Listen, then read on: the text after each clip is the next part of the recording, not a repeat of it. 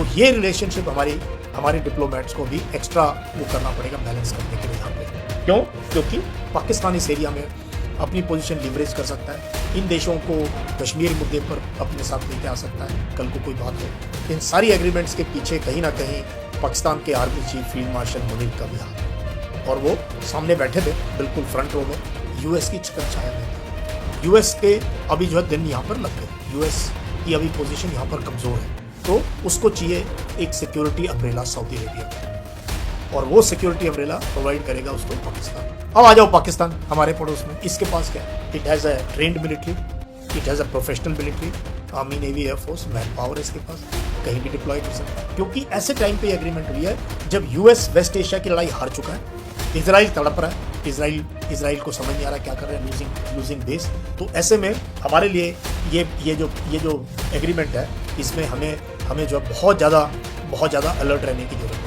एक पाकिस्तान जो एक न्यूक्लियर कंट्री है, उसका न्यूक्लियर अम्ब्रेला को मुस्लिम वर्ल्ड में और इस प्रकार से जो है करना हमारे लिए बहुत ज़्यादा चिंता का विषय है। तो इसमें विन विन सिचुएशन अगर किसी की है तो पाकिस्तान और गरीबी है उनके यहाँ, उनको तो चाहिए। मक्का में जब सऊदी अरेबिया, टर्की और तुर्की की जब टर्की कहेंगे बढ़िया रहता है, ईजी हमारे लिए, तो सऊदी अरेबिया, टर्की और पाकिस्तान ने एक एग्रीमेंट साइन की जिसको कि हम आज डिस्कस करेंगे। इससे पहले पाकिस्तान सऊदी अरेबिया के साथ एक ऐसी एग्रीमेंट कर चुका है। और मज़े की बात क्या है, इन सारी एग्रीमेंट्स के पीछे कहीं ना कहीं पाकिस्तान के army chief field marshal Munir का भी हाथ है, और वो सामने बैठे थे बिल्कुल फ्रंट रो में जब ये एग्रीमेंट उनके प्राइम मिनिस्टर साइन कर रहे थे। और उसके बाद क्राउन प्रिंस ने उनको बुलाया तस्वीर खींचने के लिए। अगर आप वीडियो ध्यान से देखो तो पाकिस्तान के डिफेंस मिनिस्टर तो कोने में खड़े थे, बट फील्ड मार्शल बिल्कुल आगे थे। तो आज बात करेंगे ये एग्रीमेंट क्या है और इसका मतलब क्या है, ये तीन देश क्यों साथ में आए हैं, कतर क्यों नहीं आया साथ में, यूएई क्यों नहीं है साथ में, ओमान क्यों नहीं है साथ में, और इसका क्या मतलब है, एंड बाद में भारत के ऊपर इसके क्या इम्प्लीकेशंस हो सकते हैं। अब क्या है इसके अंदर, ये तीन देशों के बारे में थोड़ा बता दूं आपको, फिर डिटेल में बताऊंगा। सऊदी अरेबिया बीच में बैठा हुआ था, एग्रीमेंट उसने कराई, मक्का में करी एग्रीमेंट, जो कि सुन्नी इस्लाम का सबसे बड़ा तीर्थ स्थान है, सबसे बड़ी स्पिरिचुअल जगह है। ये for any Sunni Muslim this is the highest spiritual place Mecca. वहाँ लोग हज पे जाते हैं, उमरा के लिए जाते हैं पूरे दुनिया भर से, उस जगह को चुना गया है। तो वो बीच में बैठे थे, एक तरफ टर्की और एक तरफ पाकिस्तान, और साइन हुई उनकी एग्रीमेंट ये 7 तारीख को। तो इस एग्रीमेंट में सऊदी अरेबिया के पास, आपको पता है क्या है, सऊदी अरेबिया के पास मनी पावर है। Saudi Arabia is a very rich country, बहुत पैसा उनके पास, और बहुत बड़ा एक पेट्रोलियम प्रोडक्ट्स एक्सपोर्ट करने वाली पावर है। लेकिन मिलिट्री पावर यूएस की छत्र छाया में था। यूएस के अभी जो है दिन यहाँ पर लग गए, यूएस की अभी पोजीशन यहाँ पर कमज़ोर है, तो उसको चाहिए एक सिक्योरिटी अम्ब्रेला सऊदी अरेबिया को, और वो सिक्योरिटी अम्ब्रेला प्रोवाइड करेगा उसको पाकिस्तान एंड टर्की। तो सऊदी अरेबिया बड़ा क्लियर है, भाई मेरे पास है पैसे, मेरे पास है तेल, मेरे पास ये 2 चीज़ें हैं, एंड रीजन में सबसे रिच कंट्री है वहाँ पे, तो उन्होंने ये एग्रीमेंट करी है। टर्की का क्या है, टर्की एक नेटो का मेंबर है। पहली बात तो टर्की एक नेटो का मेंबर है, यूएस लेड नेटो का मेंबर है टर्की। और टर्की के पास क्या, टर्की एक टेक्नोलॉजिकल पावर हाउस है टर्की।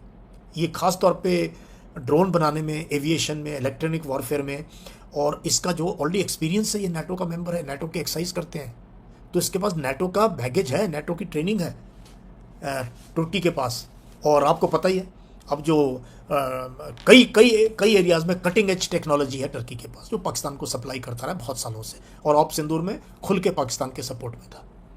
अब आ जाओ पाकिस्तान हमारे पड़ोस में, इसके पास क्या है, इसके पास है इस्लामिक बॉम्ब, इसके पास है, it is the only nuclear power country, Muslim country in the world, and it has a trend military, it has a professional military, army navy air force, man power है इसके पास, कहीं भी डिप्लॉय कर सकता है जिसको जितना चाहिए।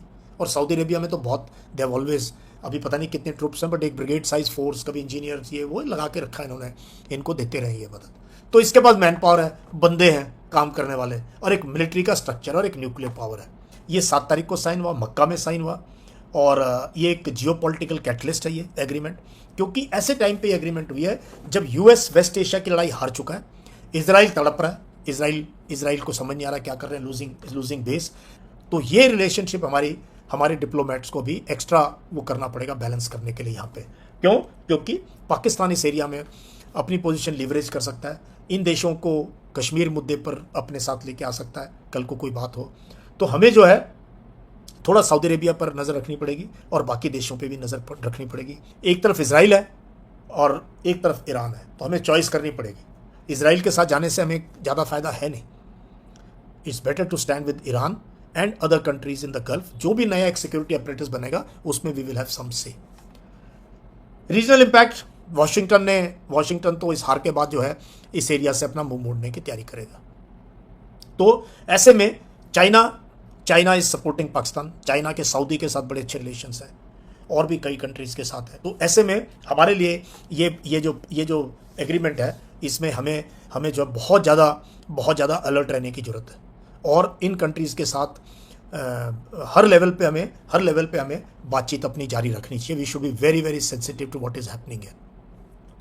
और ठीक है, लिमिटेशंस हैं इसके, इस पैक्ट के, इसमें कोई अभी तक फौजों का आदान प्रदान, कोई हेडक्वार्टर, कोई ये जब बनेगा तो वी शुड बी अवेयर। तो we should always try to counterbalance Pakistan, खासतौर पे पाकिस्तान। एंड तो ये है, तो अभी we must wait and watch. कोई हमें ज़्यादा ऐसी वो दिखाने की ज़रूरत नहीं है। अब आते हैं हमारा जो मीडिया है, हमारे जो डिप्लोमेट्स हैं, हमारे जो स्ट्रेटजिक थिंकर्स हैं, वो इसको अलग अलग तरीके से देख रहे हैं इस चीज़ को। तो कई देख रहे हैं कि भारत को वरीड होना चाहिए और कई कह रहे हैं कि नहीं, हमें कोई वरी करने की ज़रूरत नहीं है।